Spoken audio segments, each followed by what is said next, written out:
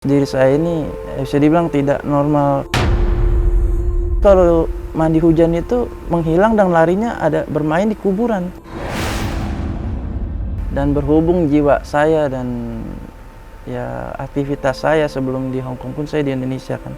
Memang saya sudah menekuni spiritual. Itu Indonesia belum ada suhu atau paranormal. Di sana, di Ya, Hong Kong? belum ada. Oke. Mungkin saya orang yang pertama mau terjun lebih memperkenalkan banyak gitu. Di sana di Hong Kong ya Ki ya? Betul. Ki pernah diserang dukun dari Indonesia nggak Ki? Oh, kalau diserang,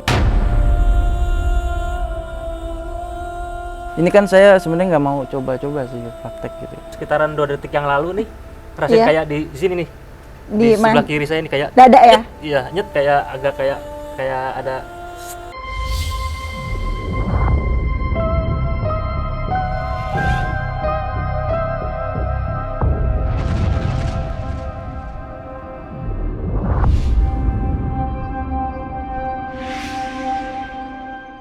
Halo pemirsa Ganjil Misteri, selamat datang kembali di tayangan Ganjil Misteri.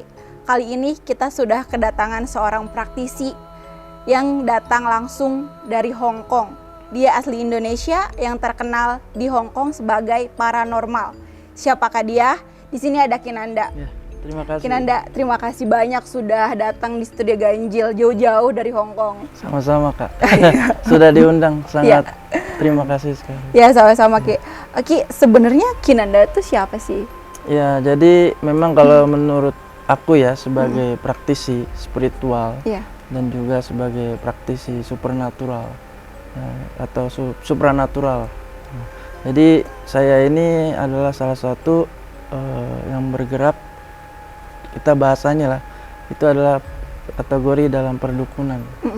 Gitu. Jadi kita juga ada membantu dan mengobati dalam non medis juga. Bahkan juga kita dapat membantu dalam medis. Tapi di sini lebih tepatnya kita dengan menggunakan talenta kita yang berhubungan dengan mistik atau gaib. Gitu. Karena kita sendiri adalah salah satu yang macam dianugerahkan ada talent di situ. Kalau masa kecil Kinanda sendiri itu seperti apa sih? Ya, jadi sebenarnya kalau mau bicara masa kecil, terutama khusus diri saya ini bisa dibilang tidak normal kayak anak-anak lainnya. Itu kenapa? Karena di satu sisi ada cerita dari orang tua saya sendiri. Itu ketika umur-umur ya seperti 3 SD atau 4 SD ya kan masih kecil lah. Itu ada satu keunikan yang mungkin beda dari orang lain, seperti mama papa saya bilang. Kamu ini kalau misalkan dulu anak kecil kan suka mandi hujan gitu kan. Nah, dia suka keluar main. Nah, itu aku suka lari dan menuju ke kuburan. Nah, itu kuburan, jadi ada satu rumah itu kan perkampungan, ada tanah kuburan perkampungan kan. Nah, itu selalu saya kalau mandi hujan itu menghilang dan larinya ada bermain di kuburan. Bahkan di kuburan itu kan kadang ada tanah yang agak sedikit lengkung gitu kan. Nah, itu seperti seperti jadi kayak ya kolam kecil genangan air itu kadang saya suka berendam dan enjoy aja di situ gitu. Kenapa unik banget ya, pemirsa Ganjil Misteri, kok kenapa larinya ke kuburan? Apakah memang nggak ada tahu yang menarik ya, gitu? jadi kayak kita ini ya maaf aja dibilang kayak mungkin orang stres, tapi bukan stres, tapi kayak ada konektivitas kita dari kecil aja kayak bisa berkomunikasi gitu dengan yang makhluk astral atau makhluk yang nggak kelihatan gitu. Ya gaib lah dikatakan. Dan itu pun kalau orang tua saya lihat ketika mencari saya ditemukan di kuburan, itu saya seperti komunikasi kayak dengan sahabat tapi nggak ada orang gitu. Nah, punya sahabat masa kecil? Ya nggak tahu lah, pokoknya kadang aneh juga. Kadang ya, orang tua saya suka menegur, "Hei, kamu ngapain di situ?" katanya. "Ngomong sama siapa?" katanya. Nah, ketika ditegur saya baru sadar gitu.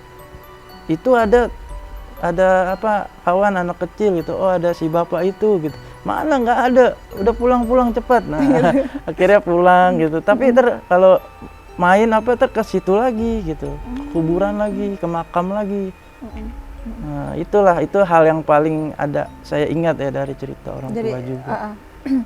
Berarti dalam pengobatan atau menggeluti di bidang spiritual ini sudah 7 tahun yang lalu ya Ki ya? Ya kurang lebih ya seperti itu. Ki Ki, tadi cerita masa kecil, mungkin beranjak remaja nih. Ya. Ada lagi nggak sih cerita-cerita yang unik seperti itu? Cerita yang unik itu ada satu. Ini sih jatuhnya saya masih tahap keluarga dulu ya, belum untuk mengobati ke orang lain. Ya. Ada satu di mana keluarga saya itu ya bisa dibilang sakit parah, ya parah lah pokoknya, dan juga sudah cek ke dokter, ke medis lah, dia sudah hampir stres dan frustasi, tidak menemukan titik kesembuhan. Nah itu, dan ini ibaratnya sampai mengalami yang namanya setiap malam ke satu ada fenomena, setiap lewat jam 12 atau jam 1 ke atas itu dia pasti terbangun. Nah terbangun ini ya bukannya mimpi atau mengigau atau apa, terbangun ini seperti dia merasakan terkejut gitu, kayak shock gimana gitu, tiba-tiba gitu. Nah itu hampir tiap malam terjadi, dan setelah itu dia merasakan kayak apa ya, kayak panas dingin meriang, seperti orang ketakutan hebat gitu. Kayak traumatik tapi nggak traumatik gitu. Nah terus dia kayak semacam merasakan ada kayak berat, kayak ada yang menekan, semacam badan lemas, terasa lelah gitu kan, sampai dia ada merasa di satu ketika tuh nyesak yang luar biasa, seperti dicekik dia. Nah itu ada satu begitu, itu pun nggak sembuh-sembuh, udah dicoba mau fisioterapi apa psikolog juga nggak ada hasil. Akhirnya di situ nggak tahu kenapa jiwa saya nih ada yang mungkin menuntun saya ya bahasanya. Nah itu ada yang bilang begini, itu kamu coba bantu saudara kamu, ini jatuhnya paman sih bahasanya. Coba kamu dekati paman kamu gitu. Akhirnya saya ikutin tuh, nggak tahu kenapa saya kayaknya kesian aja gitu. Awalnya coba menolong dia, saya pegang tangannya, nah itu saya kayak ada ngerasa getaran yang beda ini kayak itu. Saya langsung ngomong sama paman saya, paman ini kayaknya paman ada sesuatu yang ganjil. Saya bilang, ya maaf aja, mungkin kalau paman percaya nggak percaya ya ini sih mungkin semacam ada sesuatu yang makhluk astral yang mungkin mengganggu paman gitu. Bisa dibilang ada di diri paman sekarang, saya bilang gitu. Nah jadi paman sih ya percaya nggak percaya ya, namanya juga ini kan kita bilang yang nggak kelihatan gitu. Nah setelah paman dengar ini, awalnya dia ya, mungkin ya cobalah lihat ini ponakan saya ngomong ini mungkin ngawur apa gitu. Ya udah, habis dari situ paman saya bilang gini, paman tenang aja, aku mau bantu paman. Ya paman yang penting niat aja di hati, ya ingin sembuh di sini, saya akan berdoa untuk paman sih. Nah, terus akhirnya saya pegang tangannya terus, saya nggak tahu, saya merem begini seperti mengheningkan cipta, tapi saya meminta bantuan gitu kan. Kayak saya terkoneksi yang disebut itu leluhur gitu. Nah terus saya bilang tolong bantu saudara paman ini adalah keluarga saya sendiri. Jika memang dia bisa dibantu, diberi kesembuhan, kembalikanlah seperti normal waktu dia sehat kala. Ya udah, setelah itu saya minta air putih sama ibu saya, lalu ambilkan air putih segelas. Nah akhirnya saya tekan begini air putih, saya meram lagi kayak menginginkan cipta. Dengan begitu saya langsung, tangan saya kayak terasa panas gitu, kayak ada keluar satu energi gitu lah. Terasa di air itu pun hampir terasa hangat gitu kan. Bukannya panas mendidih, bukan, tapi hangat. Terasa juga, saya pegang menjadi hangat, berubah. Saya kasih ke dia, ke paman. Paman minum sekarang. Setelah minum itu paman nggak tahu kenapa langsung ada terasa, waduh kok saya langsung kayak gimana ya, pas meneguk habis segelas itu langsung kayak gitu. Terasa kayak ada yang merinding tapi gitu. Aduh ini kok aku kayak gini katanya. Ya udah tenang aja aku bilang. Itulah ada reaksi paman. Berarti ini paman nggak normal. Ya maaf ya, mungkin kita sebut serangan yang black magic lah. Santet lah bahasa orang Indonesia. Nah setelah itu besok setelah 2 hari 3 hari sampai 1 minggu, paman itu jauh perubahannya. Sehat, nggak lagi udah mulai mimpi-mimpi kayak sebelumnya, terkejut tiap malam apa, meriang kayak gimana gitu, udah nggak lagi. Dari situ paman ya ibaratnya, kamu ini beda katanya. Ya paman sih percaya nggak percaya awalnya gitu kan, mungkin kamu anak kecil lah, apalah bocah ingusan gitu. ini kamu kelihatan ini luar biasa, kamu ada talenta. Semoga kamu ini bisa kamu membantu yang lain ke depannya. Ya, dari situ aku mulai gitu. Itu aja sih, ada mulai kelihatan gitu. Mulai kelihatan ya. Iya. Tapi setelah mengobati si paman itu udah aja gitu kayak mengabaikan kelebihan itu ya. Ya, Akhirnya ya itu salah satunya. Iya. Akhirnya ya terus lama-lama mulai tuh kayak macam saya punya talent yang penerawangan lah orang bilang ya. Iya. Kayak indera keenam apa itu semakin tajam. Bahkan yang kejadian mungkin dari keluarga dulu atau teman yang biasanya cuma celoteh biasa aja gitu. Kamu kayaknya minggu depan tolong jaga-jaga ini ya. So, kayaknya kerjaan kamu bakal ada sesuatu yang something sih. Bener aja gitu. Nggak tahu, nggak lama dia ditegur supervisornya sampai dibikin peringatan ketiga. Gitu. Akhirnya kemudian hari bener kejadian dipecat. Nah Ki, kasus apa sih Ki sebenarnya pada saat meramal itu yang Aki rasakan gitu? Apakah sebuah vision datang? Kan banyak tuh kan dari mimpi, ngerti. dari ngelamun tiba-tiba ada kayak gitu. Ya, jadi ini khusus kita ya, karena kita kan di sini lagi bahas tentang personal saya. Kalau saya sendiri, ini yang bisa dibilang kenapa saya bisa nerawang kayak gitu atau mendapat penglihatan yang belum terjadi atau gini. Saya sendiri seperti bisa melihat kejadian yang akan datang seperti dari orang lain. Itu sebenarnya bukan macam saya timbul halu atau gimana. Jadi macam ini dari saya ini macam ada yang dampingi saya gitu. Dan mungkin bisa dibilang satu tubuh tapi dua jiwa bahasanya gitu. Nah, jadi ketika saya misalkan saya ke kakak nih, saya nggak tahu kenapa spontanitas atau kakak pun sebelumnya mau bertanya dulu gitu ke saya. Nah, itu artinya saya ada batin saya ada koneksi ke kakak kan, kayak ingin mau mendalami personal kakak gitu. Nah, itu kayak connect, dan setelah connect nggak tahu kenapa saya kayak ada gambaran gitu. Gambaran kayak visualisasi nonton film tapi ya kayak siluet gitu. Nah, itu ada yang seperti memberikan saya dari belakang lah dan connect ke hati pikiran saya. Ini orang ini nih katanya bakal begini gitu. Kayak semacam ada yang membisiki. Ya, bukan bisikan. Kalau bisikan kayak apa? Itu kayak bisikan ini tapi timbul dari hati kita. Nah, terus kayak muncul langsung kepikiran kita, oh iya begini gitu, kayak sadar gitu. Nah, terus saya transferkan apa yang saya tahu gitu. Akurasinya mungkin kalau dipresentasekan itu berapa Ki? Kalau yang sudah saya sudah kasih itu kurang lebih ya 98% ada ya? Terjadi. Iya.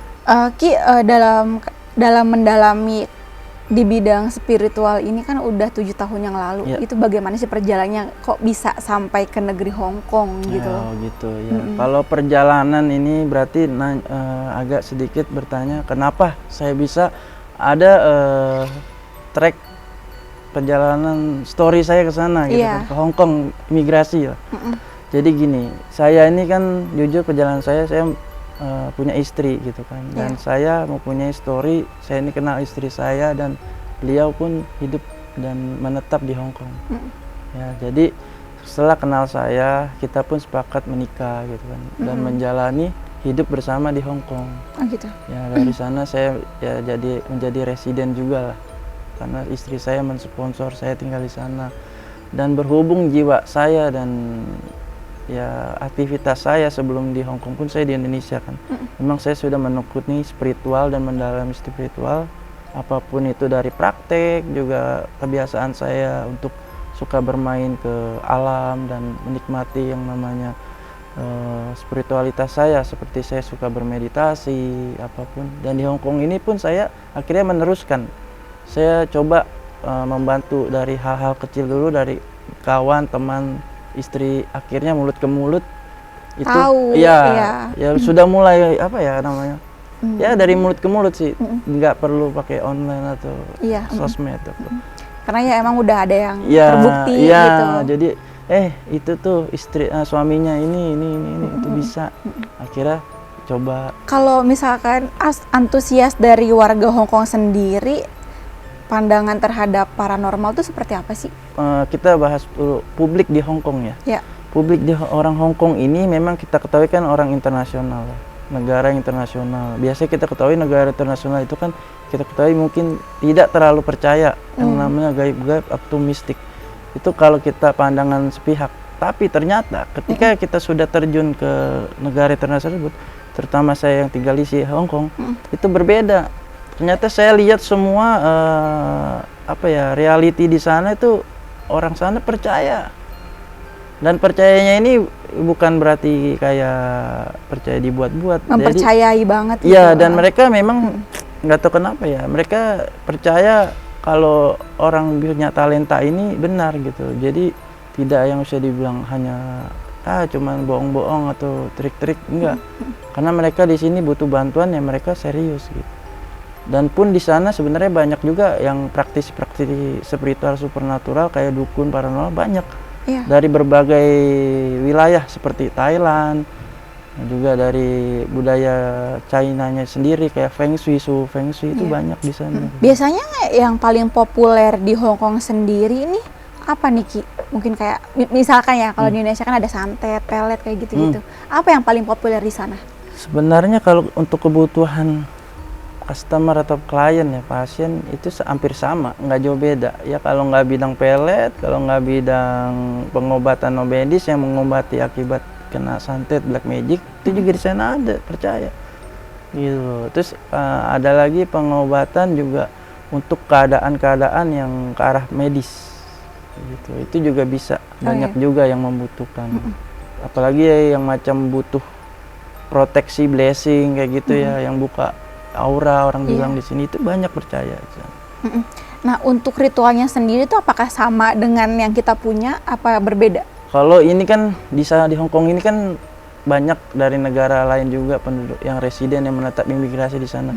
Seperti yang di sana juga tokoh spiritualnya ya seperti orang Thailand juga ada, suhu Thailand gitu. Dan dia pun ya pakai tradisi dia sendiri dibawa ke Hong Kong gitu. Ya kayak saya kan Indonesia. Ya, saya juga bawa dengan budaya tradisi saya gitu.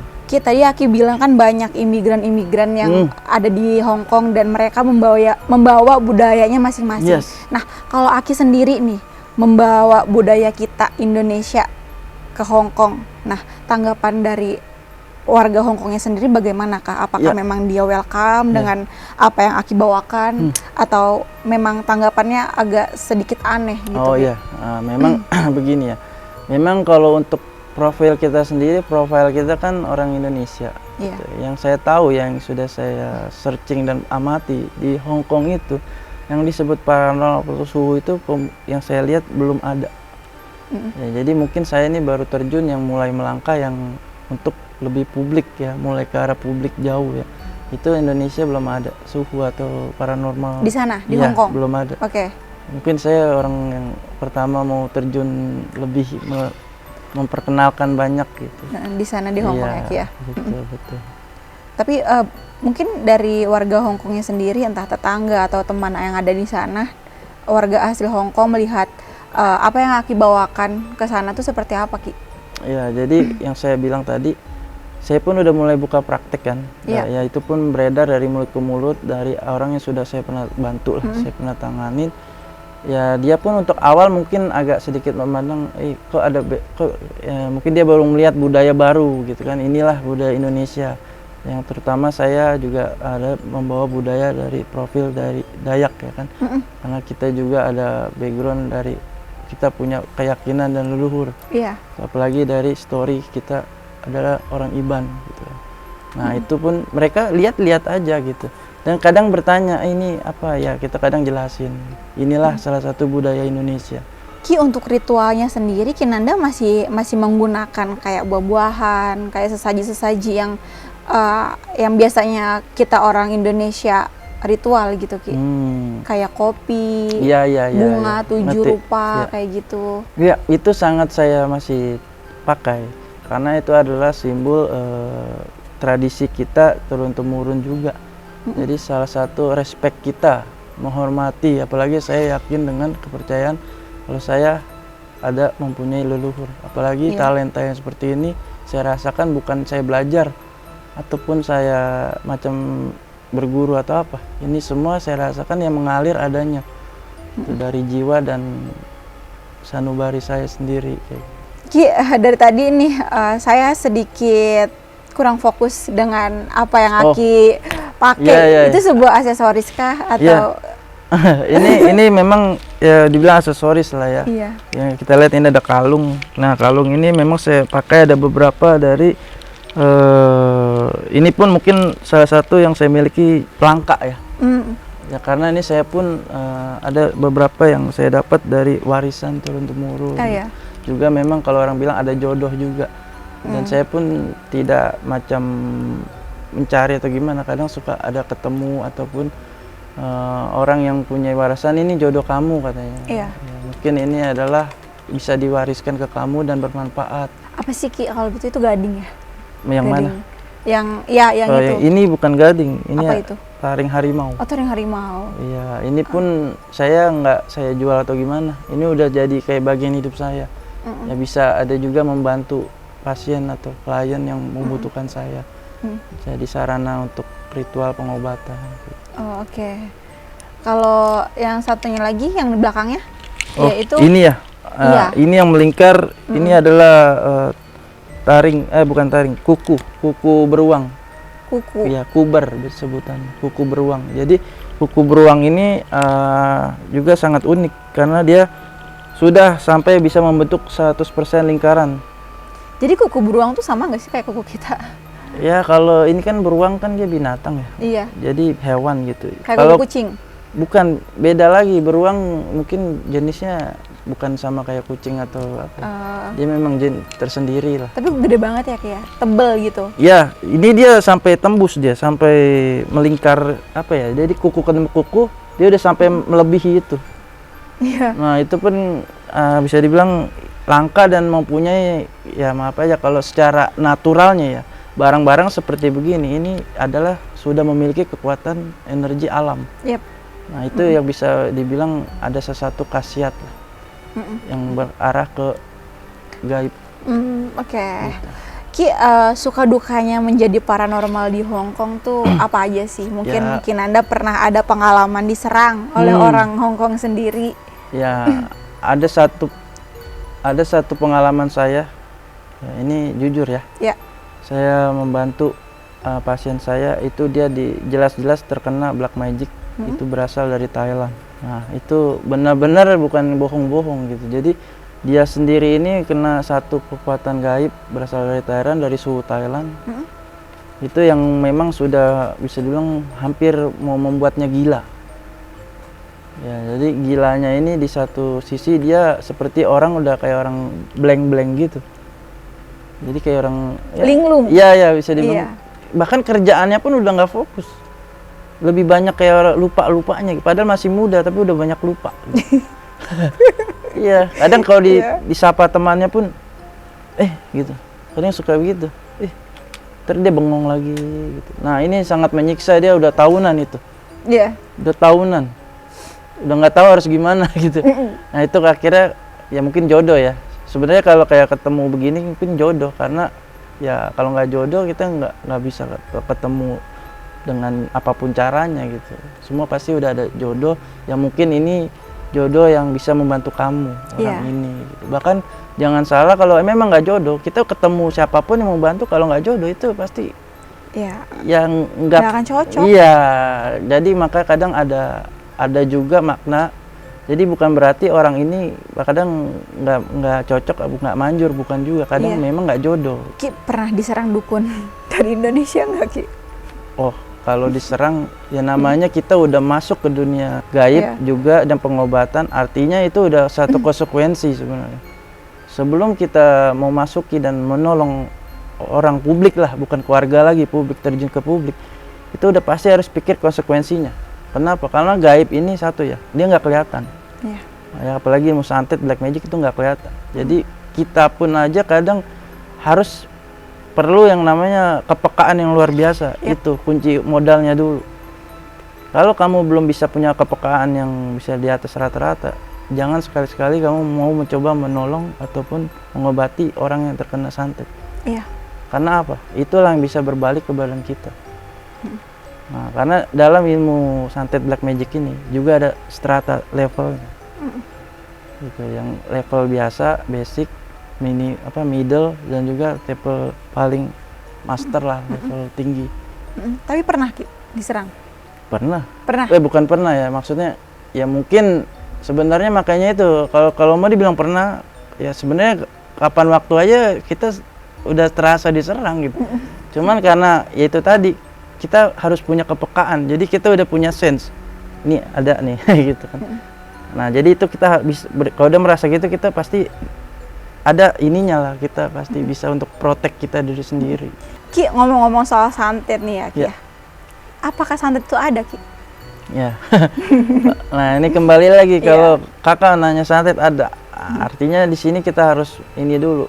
Kakak bertanya gini kan nanti kakak ingin tahu gitu kan, dan penasaran. Yap. Kembali lagi kadang yang begini nih ada bertolak belakang dengan orang yang percaya dan tidak percaya. Tapi sejatinya kalau santet itu ada karena saya juga tahu dan suka mengalami juga, merasakan gitu kan. Seperti apa pergerakan santet. Gitu. Ki Nenda kan tadi menyinggung bahwa pengobatan juga ya. Apa hal terberat dalam mengobati pasien santet itu sendiri? Ada satu yang saya kasih tahu ya, mungkin ini ilmu juga dari saya pribadi yang mungkin belum tersebar luaskan. Ini ada rahasia intisari kekuatan santet yang paling tertinggi itu apa? Kekuatan santet yang paling tertinggi adalah kutukan. Curse bahasa Inggrisnya. Itu kutukan. Selama ini mungkin paranormal atau praktisi lain itu dukun, kita taunya ya. Mungkin hanya menggunakan katanya kirim setan, kirim hantu, kirim jin apalah yang nggak kelihatan. Itu menurut saya itu adalah tahap dasar. Tahap dasar. Makanya kalau sekedar mengirim jin santet itu masih bisa ditepis. Ditepisnya macam-macam, apakah dia memberikan proteksi, blessing, ya, atau pagar gaib atau apa, itu masih bisa. Tapi kalau sudah kategori kutukan itu paling level up gitu. Wow. Ya. Sebenarnya di santet sendiri tuh ada kekuatan apa sih? Kok bisa-bisanya santet sendiri itu kayak mendahului takdir Tuhan gitu? Kayak kan santet bisa aja kan mematikan orang atau membuat orang itu susah. Ya. Jadi, nah ini tadi berhubung saya berbicara dengan kekuatan yang ke arahnya ke kutukan. Jadi, ya ini kalau kita mau bahas kayak kakak bilang ya, kayak kok bisa melawan kayak kekuatan kodrat gitu kan. Sebenarnya bukan melawan kodrat. Ini adalah sesuatu kekuatan dari inner personal orang yang mempunyai namanya kekuatan kehendak. Atau kekuatan batin yang begitu kuat. Sehingga apa yang dia niatkan pada satu objek, satu fokus tertentu itu bisa terjadi. Misalkan saya ke kakak nih, saya kesal, saya punya yang namanya kekuatan kutukan gitu ya, kehendak batin saya kuat. Itu tidak mustahil bisa terjadi. Bisakah saya kesal dengan perasaan dendam gitu. Saya pokoknya bersumpah begini ya kan, kamu bakal sini, saya tidak terima. Kayak sumpah serapah gitu. Iya gitulah, maka terjadilah di diri kamu, terjadilah gitu. Bisa. Ki, dari tadi kita ngomongin santet terus-terusan nih, mungkin dari Ki Nanda sendiri nih, ada nggak sih satu pembuktian aja yang tipis-tipis aja Ki dari ilmu santet itu? Sebenarnya kalau untuk ini ya buktikan santet ini kan sebenarnya kita nggak bisa sembarangan juga sebenarnya ya. Iya. Karena ini salah satu bukan untuk main-main atau cuma untuk show off aja, bukan. Iya, gimana Ki? Kita mau buktiin nih. Ya saya sih mau ya, tapi saya bilang nggak bisa lama ya. Iya. Mau siapa, kakak? Enggak. Yang lain aja deh. Yang lain. Gitu. Jangan aku terus. Yang lain boleh lah. Boleh, di sini banyak. Paling satu orang aja cukup ya. Nggak usah berkali-kali. Iya. Tunjukin. Yang baju hijau. Ya ini mungkin Mas ini nih yang ya saya boleh. Om Boim, Mas Boim. Ini tapi sebelumnya minta ininya izinnya dulu gitu. Juga minta maaf. Takutnya ini sebenarnya ya ini kan sebenarnya rahasia juga sih. Iya. Karena saya sendiri hanya untuk pakaian saya sendiri gitu. Tapi nggak apa-apa lah. Ini kan juga membantu edukasi juga. Iya. Nah, ini kan kayak Masnya nih. Ini contoh aja nih, kita belum kenal gitu kan. Nah, jadi saya hanya tahu wajahnya. Nah, dalam konsep begini, yang penting saya tahu wajahnya dulu. Orangnya kayak siapa gitu yang dituju. Nanti di luar itu kalau memang kelengkapannya ada namanya atau tanggal lahirnya itu hanya untuk mendukung. Penting yang di sini poinnya muka, wajah. Nah, kayak saya belum tahu namanya dulu. Dan di sini Namanya? Boim gitu. Boim. Nama, ya, Oke. Boim. Mas Nama Boim. panggilan. Boim aja lah panggilan, nggak masalah. Yang penting ada identitinya gitu. Nah, kayak gini. Ini kan saya sebenarnya nggak mau coba-coba sih praktek gitu. Iya. Tapi ya kalau memang nanti ada sedikit ya rasa yang agak-agak yang nggak tahu lah Mas, ada rasa Ya, saya sekarang rasanya deg-degan. ya, kalau deg-degan itu mungkin karena ya kita bicaranya ke topik ini itu aja sih, bukan dari masalah deg-degan ada pengaruh saya udah mulai, bukan. Ya udah nih, jadi saya saya takut-takut gimana gitu. ya bukan, nanti kalau ada gimana tolong reaksikan gitu ya. Artinya saya di sini tahu, oh Mas udah mulai ini, jadi saya nggak bisa lama-lama, stop. Titiknya ditunjukin ya Ki ya. Iya iya. Iya. gitu. Nah oke, jadi siap nih. Kurang tahu gitu saya. Ya udah, oke. Oke, itu aja pesan saya. Kalau udah ada ngerasain sesuatu, bilang. Udah nih, udah terasa. Ya udah, saya nggak mau tahu nanti apa yang dirasakan. Jadi kepo nggak? Oke. Boim ya.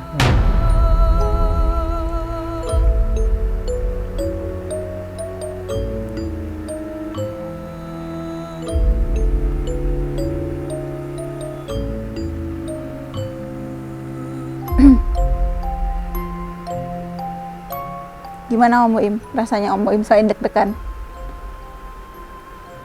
Iya kayak saya tuh kayak ngerasain sekitaran 2 detik yang lalu nih, rasain Iya. kayak di sini nih, Di di sebelah mana? kiri saya ini kayak Dada ya? nyet, iya nyet, kayak agak kayak ada kayak Di apa apa? ya, di bagian apa, Dada. dada sebelah Iya. kiri nih, kayak Kayak orang ditekan? kayak ditekan terus kayak ada ngilu sedikit ya, ngilu sedikit sama agak merinding nih tuh. Merinding. Masih nih. Ini merinding Jadi guys. saya masih ngerasain kayak nyut itu, kayak di apa sih, Ditekan. Iya, Iya.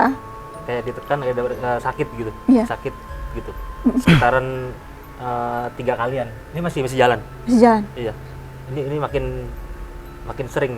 Jadi kayak jantung tuh kayak di set, terus dilepas lagi, hilang lagi, terus ada lagi, terus hilang lagi, terus ada lagi, hilang lagi, seperti itu. Ini pemirsa Ganjil Misteri sampai merinding loh. Sekarang Om saya Boim. masih ngerasain nih di sebelah kiri saya. Ki, gimana nih Ki? Bisa tolong hentikan? Ya udah tadi. Hentikan dulu aja. Enggak, saya pas sudah dengar gitu juga kayak udah gitu. Jadi nggak usah terlalu gimana gitu. Jadi Iya. sebenarnya itu tadi kan saya bilang saya belum kenal Mas gitu. Jadi saya hanya mau tahu dulu sosoknya seperti apa, wajahnya. Ditambah lagi ada namanya. Gitu. Jadi mungkin kalau saya pribadi saya nggak perlu lengkap terlalu apa ya, tanggal lahir apa, hari apa, nggak. Kalau buat saya pribadi saya cuma fokuskan wajah Mas, orangnya siapa yang saya tuju, dan itu makanya Mas terasa apa itu karena saya kayak konekin ke Mas punya jiwa, roh. Sekarang masih berasa nih, masih ada. Enggak ya, enggak itu tadi juga ya, enggak apa-apa. Itu akan berefek samping nggak? Ki? Enggak. Soalnya di sini Enggak ya? karena kita belum yang namanya benar-benar dilandasi dengan yang benar-benar kayak kita dendam gitu ataupun gimana. Ini kan enggak. Makanya saya bilang saya stop, nggak bisa lama-lama. Karena takut nanti terbawa juga, makin lama saya makin alam bawah sadarnya semakin menjauh gitu. Iya, jangan Ki, ini beneran nggak akan ke bawah sampai rumah. Enggak percaya. Iya. Tapi saya masih nggak ada. Ibaratnya, makanya tadi agak saya sedikit gini itu ibaratnya kayak udah nyentuh gitu, tapi mungkin logikanya kan jauh gitu. Iya. Nah, ini kayak ya itulah, secara yang nggak kasat mata. Ya sudah. Om Boim gimana? Ya saya sih kayak takut gimana juga ya, masih ada kayak rasa ini Ki, maaf nih Ki. Iya. Mungkin saya nggak ngerti. Ki coba Ki disentuh dulu Masih atau kayak gimana? ada sesuatu yang, tusukan gitu. Paling Air. boleh Air. deh. Iya. Bang Teddy di Karena itu. ada bawaan dia juga, nervous juga sih. Jadi Iya. campur Tadi kan aduk. deg-degan. Tapi bukan deg-degan, pengaruh deg-degan itu. Ini soalnya ada nusuk juga kan. Iya. Beda deg-degan. Iya. Boleh.